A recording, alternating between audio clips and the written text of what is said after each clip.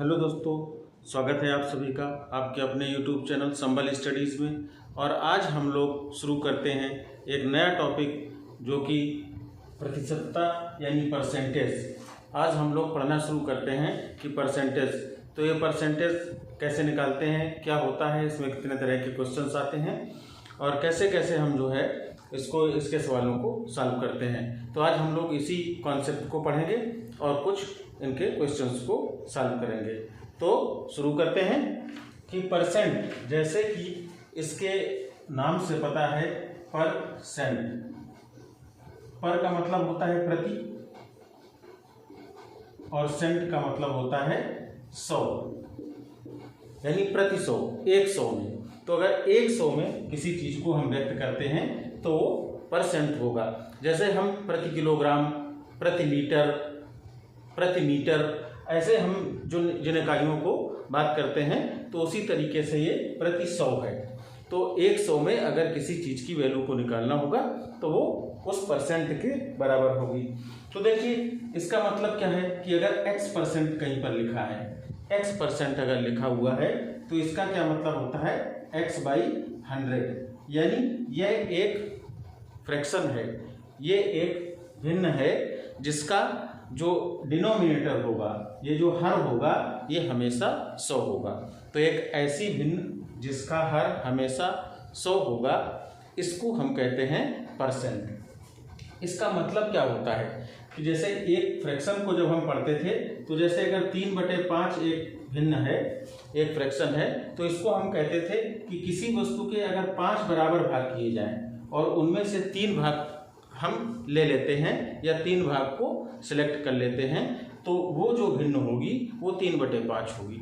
तो उसी तरीके से हम इसको भी व्यक्त कर सकते हैं कि अगर किसी भी चीज़ की, मान लीजिए कोई एक चीज़ है, इसके 100 बराबर भाग किए जाएं, इसको बांट करके बराबर बराबर 100 भाग किए जाते हैं और इन 100 भागों में से हम x भाग ले लें, यानी अगर जैसे हम x की जगह मान लो 5% की बात करें तो हम इसमें से 5 भाग ले लें। कोई भी 5 भाग हम अगर इसमें सिलेक्ट करते हैं तो वो कितना हो जाएगा 5%, यानी 100% क्या है, ये पूरी एक जो मात्रा होगी उसको हम 100% मानेंगे। या होल 100% का मतलब हुआ 100%, मीनिंग कि ये होल है, ये पूरा एक जो हम जिसकी बात कर रहे हैं एक समूचा 100% है और उसमें से हम जितने पार्ट को सिलेक्ट कर रहे हैं, अगर हम इसमें से 30 पार्ट को अलग कर लें तो ये 30% हो जाएगा, अगर हम 25 पार्ट्स को अलग कर लें तो ये 25% हो जाएगा। तो इस तरीके से अब हम ये समझ एक विकसित कर लें अपने अंदर कि ये पूरा जो एक वस्तु होगी, पूरी एक जो वस्तु है वो 100% है और इसमें से हमने जितने 100 बराबर भाग किए, उसमें से जितने भाग हमने ले लिए, जितने भाग हमने सिलेक्ट कर लिए, वो उतने ही परसेंट के बराबर होगा। तो ये चीज़ हमें पता चल गया कि ये 100 में हम इसको कंपेयर करते हैं, हम इसको हमेशा 100 से कंपेयर करते हैं। तो अब देखते हैं कि x% अभी हमने बताया कि इसका मतलब होता है x/100। अगर कहीं भी किसी चीज़ का x% लिखा हो तो इसका क्या मतलब हो गया x/100। तो इस चीज़ को हमें अपना दिमाग में रखना है, इसको याद रखना है कि इसको कैसे करेंगे। अब देखिए इसमें बहुत बेसिक लेवल से मैं शुरू कर रहा हूँ कि मैं ये मान के चलता हूँ कि आप लोगों को परसेंट में अभी कुछ भी नहीं पता है, लेकिन आप बिल्कुल 0 से शुरू कर रहे हैं और कैसे इसकी अंडरस्टैंडिंग को हम लेके आगे तक जाते हैं। तो देखते हैं कि इसमें क्या क्या स्टेप्स हमें आगे बढ़ रहे हैं, तो क्या क्या चीज़ें आएंगी। तो पहला आएगा कि किसी प्रतिशत को भिन्न में अगर बदलना है, भिन्न में अगर बदलना है कि अगर कोई परसेंट में दिया है, अगर कोई परसेंट में दिया है और इसको हमें चेंज करना है फ्रैक्शन में। अगर कोई परसेंट में दिया है और इसको हमको चेंज करना है फ्रैक्शन में, तो इसको हम कैसे चेंज करेंगे। जैसे अगर कहीं दिया है 36%, अगर कहीं लिखा है 36% और कहे कि इसका फ्रैक्शन क्या होगा, तो ये हमने बताया था कि x% को x/100 लिखते हैं, तो इसको 36/100 100 लिख देंगे। अब ये देखिए ये किसी चीज़ से डिवाइड हो रहा है, दोनों इसका डिनोमिनेटर और न्यूमरेटर, तो ये इसको हम डिवाइड कर देते हैं 4 से, तो ये आ गया 9/25, यानी ये हो गया फ्रैक्शन। तो हमारे पास क्या था, परसेंट था, और उसको हमने चेंज किस में किया, हमने फ्रैक्शन में चेंज कर लिया। तो कैसे चेंज करते हैं, हम उसको 36% है तो 36/100 लिख लेते हैं और उसको हम सॉल्व कर लेते हैं। इस तरह से हमको ये फ्रैक्शन मिल जाता है। इसी तरीके से अगर 0.6% को हमें फ्रैक्शन में चेंज करना है, अगर 0.6% है और इसको हमें चेंज करना है फ्रैक्शन में, तो हम क्या करेंगे, वही हमारा कॉन्सेप्ट 0.6/100 करेंगे। इसकी क्या वैल्यू हो गया, अगर ये डेसिमल हटेगा तो नीचे एक जीरो बढ़ जाएगा। क्यों, क्योंकि ये एक अंक के ऊपर डेसिमल लगा हुआ था, तो हमने डेसिमल हटा के एक जीरो बढ़ा दिया, तो ये 6/1000 आ गया। और इसको हम काट सकते हैं, इसको हम काट सकते हैं 2 से। जब 2 से इसको हम काटेंगे तो ये 3/500, ये बन गया फ्रैक्शन। तो हमारा ये आंसर आ गया कि ये फ्रैक्शन हो गया। तो हम कैसे किसी भी परसेंट को फ्रैक्शन में चेंज कर सकते हैं, किसी भी परसेंट को अगर हमें फ्रैक्शन में चेंज करना हो तो इस तरीके से चेंज कर सकते हैं। अब देखिए, अब अगर हम कहें कि अब हमको फ्रैक्शन को परसेंट में चेंज करना है, अब हमको फ्रैक्शन को परसेंट में चेंज करना है, मतलब भिन्न को प्रतिशत में, भिन्न को प्रतिशत में बदलना। यानी अब हमको परसेंट को चेंज करना है फ्रैक्शन में। ये अभी हमने परसेंट को अभी हमने फ्रैक्शन में चेंज किया था, अब हमको फ्रैक्शन को चेंज करना है परसेंट में, फ्रैक्शन को चेंज करना है परसेंट में। तो देखिए, हम लोग क्या जानते हैं कि एक फ्रैक्शन है, मान लीजिए कोई एक फ्रैक्शन ले लेते हैं कि मान लीजिए a/b अगर एक फ्रैक्शन है, आप इसको अपना फार्मूले या कॉन्सेप्ट के तौर पे नोट भी कर सकते हैं चाहे तो, कि अगर 1/b एक फ्रैक्शन है और इसको परसेंट में चेंज करना है तो इसको a/b इंटू 100%, इसको इस तरीके से हम व्यक्त करते हैं, इस तरीके से एक्सप्रेस कर सकते हैं कि अगर a/b को हमें परसेंट में चेंज करना है तो a/b इंटू 100% लिख देते हैं। इस तरीके से हम परसेंट में इसको चेंज करते हैं। देखिए दोस्तों, हमने क्या बताया था, इसी तरीके से अगर 3/5, अगर मान लीजिए 3/5 को हमको चेंज करना है परसेंट में, तो 3/5 इंटू 100 कर देंगे और ये आ जाएगा 60%, ये 60% आ गया। अब देखिए, ये कोई फार्मूले ऐसे नहीं है जो बिल्कुल आपको याद रखना जरूरी हो। आप अगर कॉन्सेप्ट जानते हैं तो आप उसको परसेंट में चेंज करना आपको आ जाएगा। जैसे 3/5 आपको क्या इंडिकेट कर रहा है कि 5 में से 3 हमने लिया, तो जब 5 में से 3 तो 100 में से कितना, यही बात निकालनी है। जैसे हम यूनिटरी मेथड से पढ़ते थे, हम एक नियम पढ़ते थे कि 5 रुपए के 3 कलम मिलते हैं, 5 रुपए के 3 कलम मिलते हैं, तो परसेंट निकालना है तो 100 में कितने मिलेंगे। तो हमें यही तो परसेंट में चेंज करना है कि 5 में से अगर 3 है तो 100 में कितना होगा। तो देखिए, 5 में से मान लीजिए 3 है तो 1 में निकालते थे, 3/5 होता था, तो 100 में निकालेंगे तो 3/5 गुणा 100। तो देखिए, यही तो 3/5 गुणा 100 हमको यहाँ भी मिला है। तो ऐसा कोई ये फार्मूले को याद रखने वाली बात नहीं है, आपको कॉन्सेप्ट को समझना है और इस तरीके से आपको क्वेश्चंस को सॉल्व करने हैं। तो अब इसका हम इसका एग्जाम्पल करवा के बता देते हैं कि कैसे हम फ्रैक्शन को परसेंट में चेंज कर लेते हैं। जैसे अगर लिखा है 3/4, एग्जाम्पल है 3/4, अब इसको हमें चेंज करना है परसेंट में। तो अगर आपको कहीं ये कन्फ्यूज़न हो कि हम क्या करेंगे, कहाँ पर 100 का गुणा करेंगे कि भाग करेंगे कि क्या करेंगे, तो आपको ये सोचना है कि 4 में से 3 है तो हमें 100 में से निकालना है। बस इतनी सी बात है कि 4 में से ये 3 है तो 1 में कितना होगा, 3/4 होगा, और 100 में कितना होगा 3/4 इंटू 100 होगा। ये एक कॉन्सेप्ट अपने दिमाग में कहीं ना कहीं डाल के रखना है। और वैसे आपको अभी जब आप क्वेश्चन करेंगे तो आपको ये कॉन्सेप्ट याद करने की जरूरत ही नहीं रहेगी, अपने आप याद रहेगा कि 3/4 है, इसको परसेंट में बदलना है तो 3/4 इंटू 100% आएगा। अब इसको अगर काटोगे आप तो ये 25 बार कट जाएगा तो 25 3 जा 75% ये आ जाता है। तो इस तरीके से हम किसी भी फ्रैक्शन को परसेंट में चेंज कर सकते हैं। अब देखिए कई सवाल ऐसे आते हैं जिनमें आता है कि इतने का इतने परसेंट, जैसे 50 का 10%। तो ये अगर का आता है, इस का क्या मतलब होता है, सब लोग जानते हैं कि गुणा होता है। इसका मतलब क्या होता है, इसका मतलब गुणा होता है, मल्टीप्लिकेशन होता है। और 10% का क्या मतलब होता था, 10/100 होता था। अभी हमने बताया x% को कैसे निकालते हैं, x/100 लिख सकते हैं। तो का मतलब गुणा और 10% का मतलब x/100।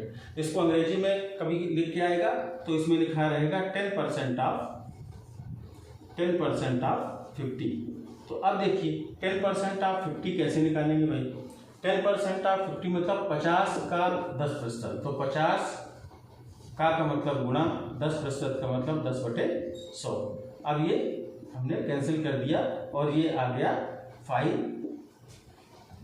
आ गया, सॉरी ये 50 का 10% मतलब ये 5 आ गया। तो 50 का 10% 5 होता है, ये हमने यहाँ पर निकाल दिया। अब देखिए एक अगर क्वेश्चन किया जाए, इसमें एक एग्जाम्पल दिया हुआ है, उसको हम लोग करके देखते हैं। इसको लिखते हैं पहले क्वेश्चन को कि 3600 का 7/9 का 45% का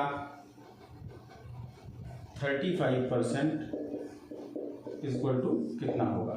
अब ये क्वेश्चन देखिए, इसमें दिया हुआ है, इस तरह के क्वेश्चन आते हैं एग्जाम में कि 3600 का 7/9 का 45% का 35% कितना होगा।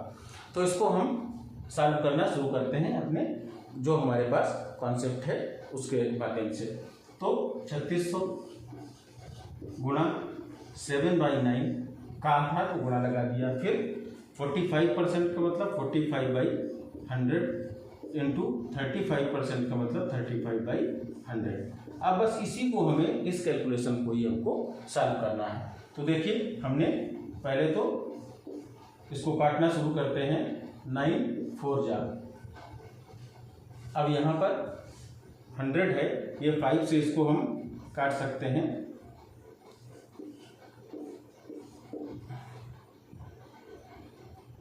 अब यहाँ पर 20, इसको भी हम 5 से काट सकते हैं और ये 4 से 4 कैंसिल हो गया। तो ऊपर देखिए कितना बचा कि 7 7 जा 49 इंटू 9।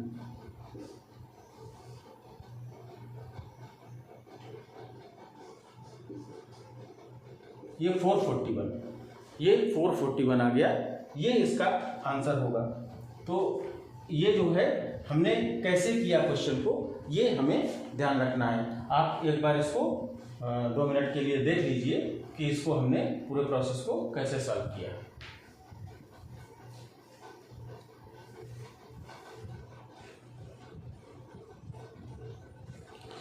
हाँ, तो अब आप लोगों ने ये देख लिया होगा कि इस तरह के क्वेश्चन अगर आ जाते हैं तो इनका सलूशन हम कैसे करते हैं। हम लोग प्रैक्टिस हमेशा अपने पास जो भी गाइड बुक है या कोई भी हमारे पास क्वेश्चन बैंक है, हम उससे कर सकते हैं। इस तरह के जितने क्वेश्चन हों उनको हम साथ ही साथ जैसे जैसे क्लास होती है उसी तरीके से हम क्वेश्चंस भी सॉल्व करते हुए चलते हैं। अब देखिए इसमें एक कॉन्सेप्ट आता है कि यदि ए का मान बी से R% अधिक है 8% अधिक है तो बी का मान ए से कितने प्रतिशत कम होगा। देखिए ये एक आता है कई बार कि इसमें इस तरह के सवाल पूछेगा कि ए की आय बी से 30% अधिक है तो बताइए बी की आय ए से कितने प्रतिशत कम होगी, या बी की आय ए से इतने प्रतिशत कम है तो ए की आय बी से कितने प्रतिशत अधिक होगी। तो जो जितने भी सवाल इस तरह के हैं, या ए की ऊंचाई बी से 20% अधिक है तो बी की ऊंचाई ए से कितने प्रतिशत कम होगी, तो मतलब इस तरह के जितने भी क्वेश्चंस होंगे वो सब हमारे इस कॉन्सेप्ट से बनेंगे। तो इसका एक तो फार्मूला मैं बताऊंगा, उस फार्मूले को अगर याद रखो, इसके बाद मैं बिना फार्मूला यूज़ किए, जब मैं क्वेश्चन अभी कराऊंगा तो मैं बिना फार्मूला यूज़ किए बहुत ही शॉर्ट मेथड से, जिसमें आपका समय की बचत हो, उससे हम क्वेश्चन करवाएंगे। तो देखिए इसमें इसका फार्मूला होता है कितने प्रतिशत कम होगा, ये बराबर होगा, ये इक्वल टू आएगा 100R अपॉन 100 प्लस R। ये क्या होगा 100R अपॉन 100 प्लस R। और इसी का एक दूसरा जो पार्ट है तो वहाँ वो लिख लीजिए यहाँ पर कि यदि ए का मान बी से R% कम है, यदि ए का मान बी से R% कम है तो बी का मान ए से कितने प्रतिशत अधिक होगा। तो इसका फार्मूला होगा 100R अपॉन 100 माइनस R। ये देखिए 100R अपॉन 100 माइनस R है, ये 100R अपॉन 100 प्लस R है। अब देखिए इसको याद करने का ढंग, ये तो प्लस R, 100 प्लस R और 100 माइनस R में ये कई बार कंफ्यूजन हो सकता है कि कैसे हम कम वाले में कौन सा लगाएं फार्मूला। ये रटने की बात लोग सोचने लगते हैं कि इसको हम रट लें, इससे पता रहेगा। देखिए जहाँ पर कम पूछा है कितने प्रतिशत कम होगा, वहाँ पर 100 प्लस R है, क्योंकि 100 प्लस R की वैल्यू ज़्यादा होगी तो 100R अपॉन 100 प्लस R की वैल्यू कम आएगी। इस पूरे एक्सप्रेशन की वैल्यू कम होगी, क्यों? क्योंकि नीचे जो डिनोमिनेटर है इसकी वैल्यू ज़्यादा है। इसी तरीके से अगर हमें ज़्यादा पूछे कितने प्रतिशत अधिक होगा, तो कितने प्रतिशत अधिक होगा का मतलब अधिक लाना है हमको, तो यहाँ पर हम डिनोमिनेटर कम कर देंगे तो ये 100 माइनस R हो जाएगा। तो जब डिनोमिनेटर ये कम हो जाएगा तो ये इसकी वैल्यू अपने आप से बढ़ जाएगी। तो ज़्यादा पूछे तो 100R अपॉन 100 माइनस R लिखना है, और अगर कितने प्रतिशत कम होगा ये पूछे तो 100R अपॉन 100 प्लस R लेना है। तो इस चीज़ को आप नोट कर सकते हैं अपने किसी भी नोट्स में।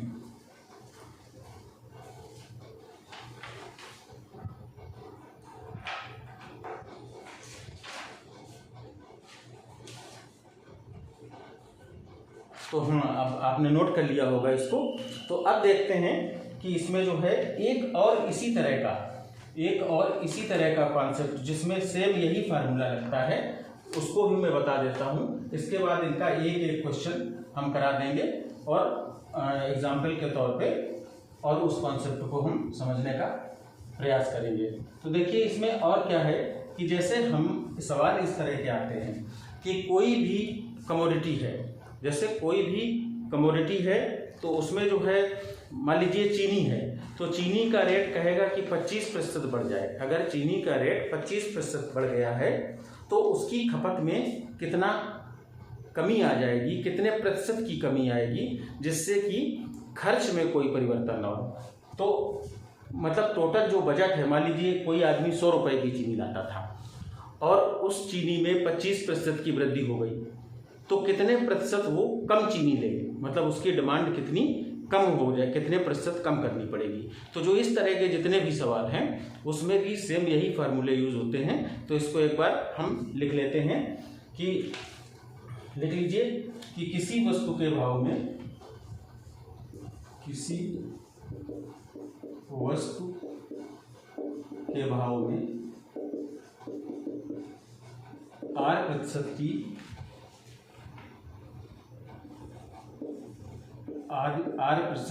की वृद्धि है तो खपत में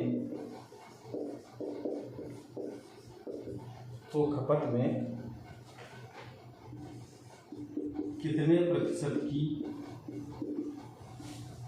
कमी आएगी। इसके साथ एक शर्त है कि जबकि इस मद पर खर्च ना बढ़े, जबकि इस मद में खर्च ना बढ़े। तो अब देखिए ये कह क्या रहा है कि चीनी के, मान लीजिए चीनी की बात करते हैं, तो मान लीजिए कि चीनी के रेट बढ़ गए, प्राइस बढ़ गया, तो उसकी डिमांड में कमी आ जाएगी। कैसे कैसे? क्योंकि बेटा देखो, प्राइस और डिमांड का जो रिलेशन होता है वो इनवर्स रिलेशन होता है, यानी निगेटिव रिलेशन होता है कि price is inversely proportional to demand. मतलब जो मांग और उसके रेट में जो संबंध है वो एक दूसरे का इनवर्सली प्रोपोर्शनल है। मतलब अगर किसी का प्राइस बढ़ गया, प्राइस का मतलब रेट बढ़ गया, तो उसकी डिमांड कम हो जाएगी, और अगर किसी चीज़ का प्राइस घट गया तो उसकी डिमांड बढ़ जाएगी। मतलब उतने ही रुपए में, कब? जब तक कि इस मद में कोई उसका खर्च में कोई परिवर्तन ना हो। 100 रुपए की चीनी लाता था तो 100 ही रुपए की लाएगा, लेकिन अगर 25% रेट बढ़ गए तो कितने प्रतिशत उसकी अपनी डिमांड को कम करना पड़ेगा। तो ये प्रश्न तो वही है कि अगर एक इतना बढ़ गया तो दूसरा कितना कम हो जाएगा। तो ये इस तरीके से, इसी तरीके से इसका उल्टा हो जाएगा कि किसी वस्तु के भाव में R% की कमी आ जाने पर, किसी वस्तु के भाव में R% की कमी आ जाने पर,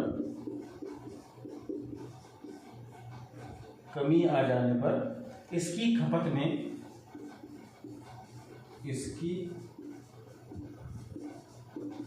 में प्रतिशत वृद्धि, यानी कितने प्रतिशत की वृद्धि होगी। जब प्राइस में कमी आ गई, उसके रेट कम हो गए, तो लोग ज़्यादा खरीदने लगे, उसकी खपत बढ़ गई, उतने ही रुपए खर्च करेंगे लेकिन उनको ज़्यादा चीज़ मिल जाएगी। तो कितने प्रतिशत ज़्यादा मिल जाएगी या कितने प्रतिशत वो ज़्यादा उपभोग कर पाएंगे, ये बात है। जबकि खर्च में परिवर्तन ना हो, जबकि खर्च में परिवर्तन ना हो, उसके वो जितने रुपए खर्च करता था उतने ही रुपए खर्च करेगा। तो इसका फार्मूला क्या होगा? इन दोनों का फार्मूला देखते हैं। तो देखिए, किसी वस्तु में जो R% की वृद्धि होती है तो कितने प्रतिशत की कमी आएगी। अब इसमें जो पिछला फार्मूला था, जो कमी वाला फार्मूला था, वही लगाएंगे। कौन सा था कि 100R अपॉन 100 प्लस R। हमने कहा था कि कमी के लिए ये वाला लगाते हैं, और अगर वृद्धि हो रही है तो कौन सा लगाते थे? 100R अपॉन 100 माइनस R, तब ये वाला लगाते थे। इतने परसेंट की आएगी और इतने परसेंट की कमी होगी या इतने परसेंट की वृद्धि होगी। तो आप देख लीजिए कि जैसे अभी पिछला था कि A से B इतने प्रतिशत ज़्यादा है तो B से A कितना प्रतिशत कम होगा, उसको भी हम इसी फार्मूले से निकालते थे। उन दोनों को, जो एक संख्या दूसरी संख्या से इतने प्रतिशत अधिक है तो दूसरी संख्या पहली संख्या से कितने प्रतिशत कम हो जाएगी। तो ये भी हम उसी फार्मूले से निकालते हैं, जो ये भाव वाले फार्मूले हैं, कि इसमें शर्त ये होती है कि इस मद में खर्च में कोई परिवर्तन नहीं होना चाहिए। तो आइए इसके हम एक दो क्वेश्चन करके देखते हैं, और इसका दूसरा मेथड भी हम देखेंगे कि इसको इस फार्मूले से नहीं, किसी दूसरे मेथड से, यानी इसका रेशियो निकाल कर भी हम इसको सॉल्व कर सकते हैं।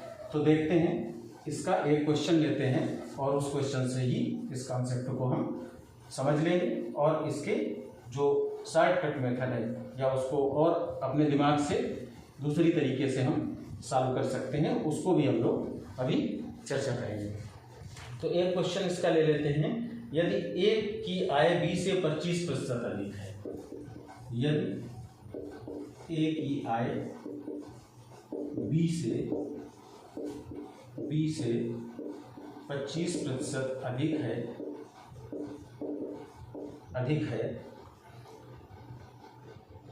तो बी की आय ए से कितने प्रतिशत कम होगी?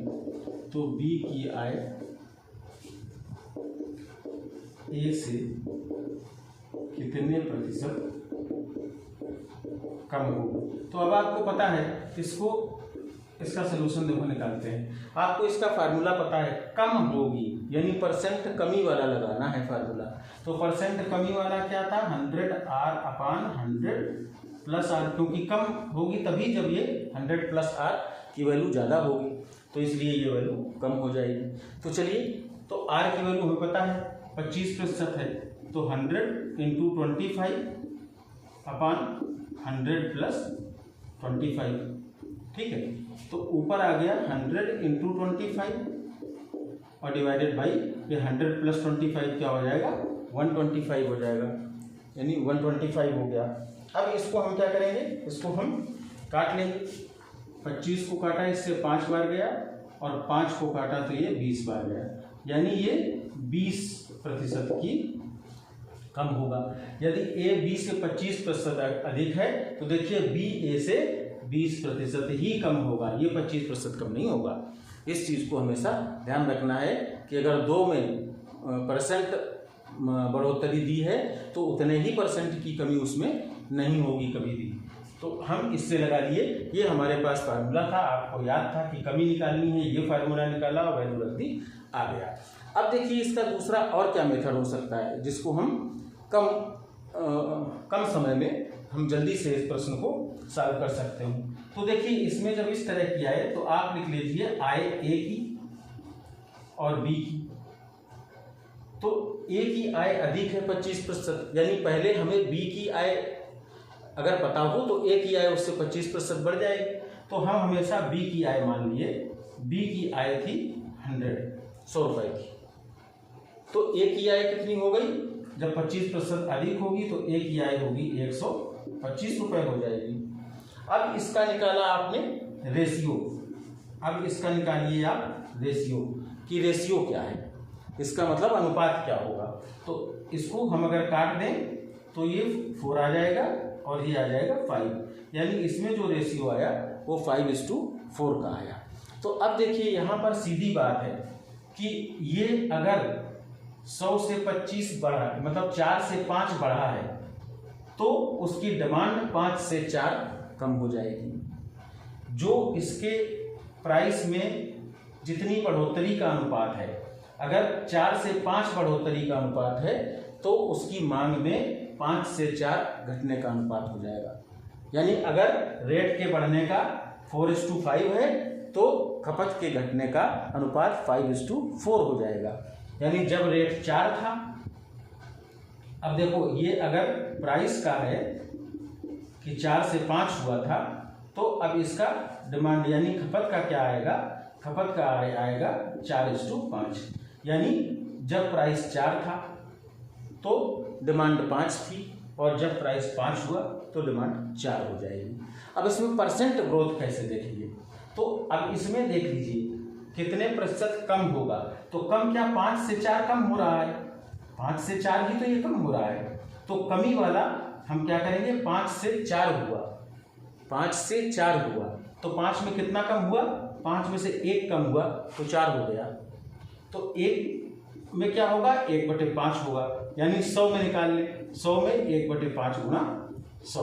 तो देखिए यहाँ पर आ गया ये 20, यानी ये 20% की कमी आ गई। ये हमने सीधे सब सिर्फ आपको ये अनुपात निकालना है। इसको फिर से आप एक बार देख लीजिए। अगर ये चीज़ समझ में आ गई तो फिर आपको ये सब फार्मूले बहुत ज़्यादा याद रखने और यूज करने की ज़रूरत नहीं है। कि कह रहा है कि 25% ए की वैल्यू ज़्यादा है, तो यानी हमने बी की 100 मान ली तो ए की 125 हो गई।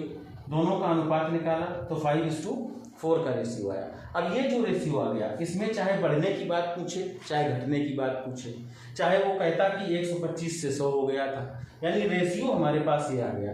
तो अब अगर हमें ये अगर बढ़ गया था 4 से 5 हुआ था, तो जो कम होने का रेशियो होगा वो 5 से 4 होगा। तो 5 से घट के जब 4 हुआ तो कितने प्रतिशत घटा, मतलब 100 में कितना घटा, 5 में घटा 1 तब 4 हुआ, तो 100 में कितना घटेगा, तो 5 में घटा 1 तो 1 में घटेगा 1/5, तो 100 में घटा 1/5 गुणा 100। तो इस तरीके से हम इसको इससे लगा सकते हैं। अब देखिए, अब एक अगला क्वेश्चन इसी तरह का और करते हैं।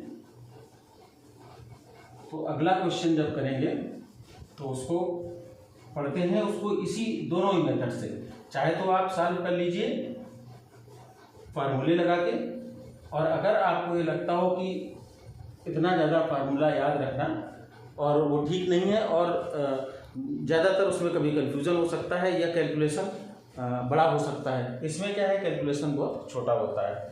देखिए एक क्वेश्चन और लिखते हैं, यदि ए की आय बी से 50% कम है, यदि ए की आय बी से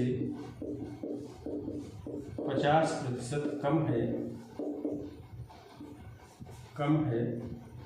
तो बी की आय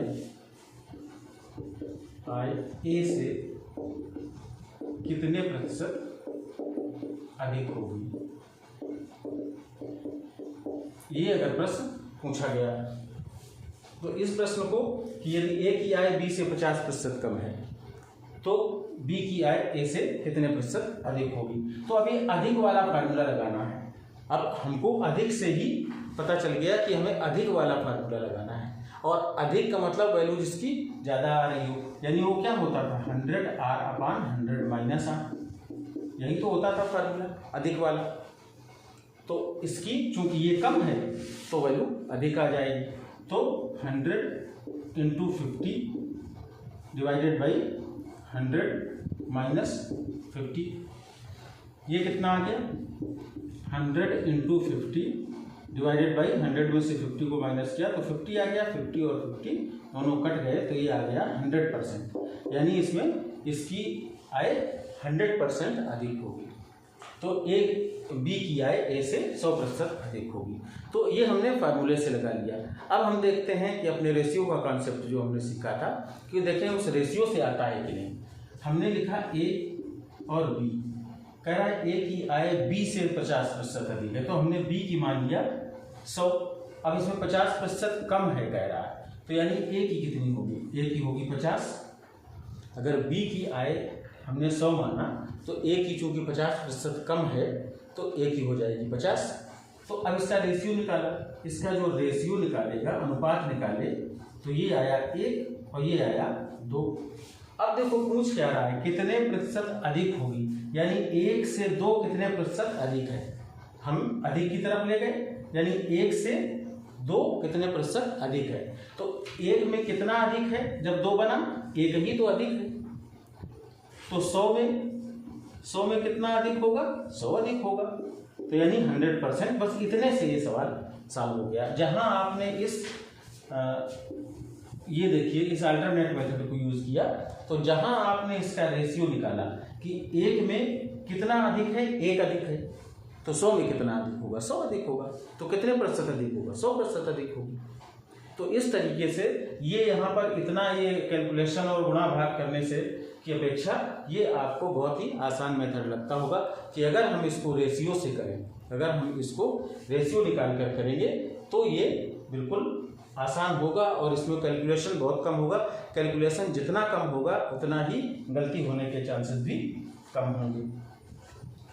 तो चलिए अब एक क्वेश्चन इसमें और करके देखते हैं और ये फिर आज का क्लास यहीं से खत्म करते हैं।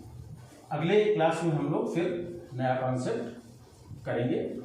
तो चलिए एक क्वेश्चन इसमें लास्ट क्वेश्चन हम और इसी कॉन्सेप्ट पर करके देखते हैं कि किसी वस्तु के भाव में 20% की वृद्धि होने पर, तो किसी वस्तु के भाव में 20% की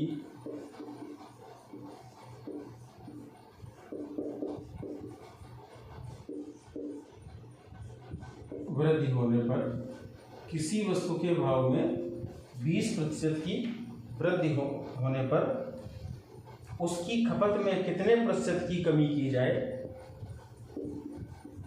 उसकी खपत में कितने प्रतिशत की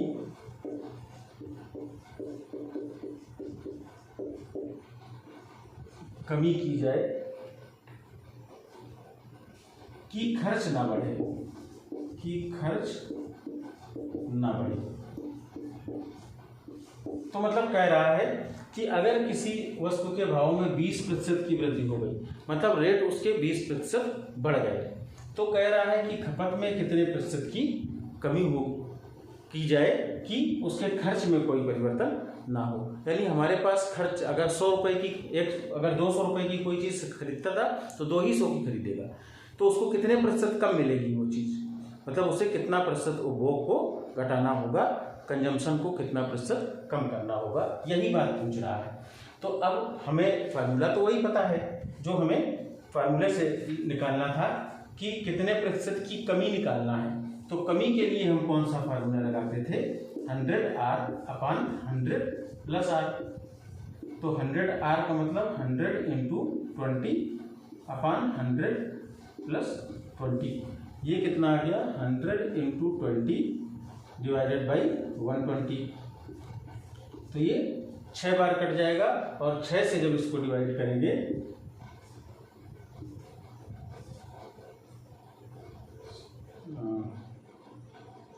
6 का 36 हुआ, फिर 36 के बाद बचा 4/6, यानी 16 होल 2/3%। ये आ गया आंसर 2/3%। तो ये इसका आंसर आ गया। तो हमने फार्मूला लगाया और इसको कर लिया। अब देखते हैं कि हम रेशियो से कैसे इसको सॉल्व कर सकते हैं। कह रहा है कि भाव में 20% की वृद्धि हुई, यानी पहले था 100, अब हो गया 120। भाव पहले था 100 तो अब हो गया 120। इसका रेशियो निकाल लिया, रेशियो निकाला तो कितना आया, ये तो 0 0 कट जाएगा, 5 और 6, यानी ये 5:6 का रेशियो आ जाएगा। ठीक है, 20 से दोनों को डिवाइड कर दिया तो 5:6 का ये आ गया रेशियो। अब देखो पूछ क्या रहा है, कितने प्रतिशत कम, तो कम क्या, 6 से 5 कम है, 6 से 5 कम है, तो 6 में कितना कम हुआ, 1 कम हुआ, तो 1 में कितना कम होगा, 1/6 कम होगा, तो 100 में कितना कम होगा, 1/6 गुणा 100। देखिए यहाँ भी तो वही 1/6 गुणा 100 ही आ गया है, यानी 100/6 आ गया। इसको जब हमने सॉल्व किया तो ये आंसर बिल्कुल वही 2/3%, ये आंसर बिल्कुल वही आ गया। लेकिन कितनी आसानी से और कितने कम कैलकुलेशन करके। यहाँ कहीं अगर आपको 0 को काटने में या उसको आगे पीछे कहीं जोड़ने में अगर कहीं थोड़ी सी भी गलती होती है तो हमारा आंसर गलत हो जाएगा। लेकिन अगर हम इस मेथड से, चूँकि बहुत आसान है ये, कि जब आप इस मेथड से करना शुरू कर देंगे तो अपने आप फार्मूला करना बंद कर देंगे। तो इस तरीके से आज हम लोगों ने ये कॉन्सेप्ट को समझा कि परसेंटेज होता क्या है और इसमें कैसे कैसे इनके कुछ टाइप के क्वेश्चंस को हम लोगों ने करना सीखा। और मुझे लगता है कि आज की क्लास अब यहीं से हम लोगों को बंद करनी चाहिए। नेक्स्ट क्लास में हम लोग कुछ इसमें आते हैं जनसंख्या वाले प्रश्न आते हैं, और कुछ आते हैं कि मशीन के अवमूल्यन पर प्रश्न आते हैं, कुछ जनसंख्या पर प्रश्न आते हैं, कुछ इलेक्शन पर, चुनाव पर प्रश्न आते हैं, और कुछ छात्रों की परीक्षा और उनके उत्तीर्ण होने से संबंधित इस तरीके के प्रश्न आते हैं। तो जितने भी टाइप के क्वेश्चंस इसमें पूछे जाते हैं वो सारे टाइप के क्वेश्चंस हम इसमें कवर करेंगे, कॉन्सेप्ट बताएंगे और उसको अल्टरनेट मेथड भी बताएंगे कि इसको और कैसे सॉल्व किया जा सकता है, कॉन्सेप्ट से कैसे सॉल्व किया जा सकता है, फार्मूला से कैसे सॉल्व किया जा सकता है। हमें सारी चीज़ों को अपने दिमाग में रखना है और पढ़ते रहना है लगातार। और जो भी आपके पास सोर्स है उससे आप अपना क्वेश्चन करते रहिएगा। जितना ज़्यादा हम प्रैक्टिस करेंगे उतना ही ज़्यादा वो जो है इसमें हमको परफेक्शन होता जाएगा। तो मुझे लगता है it is all for today. Thank you.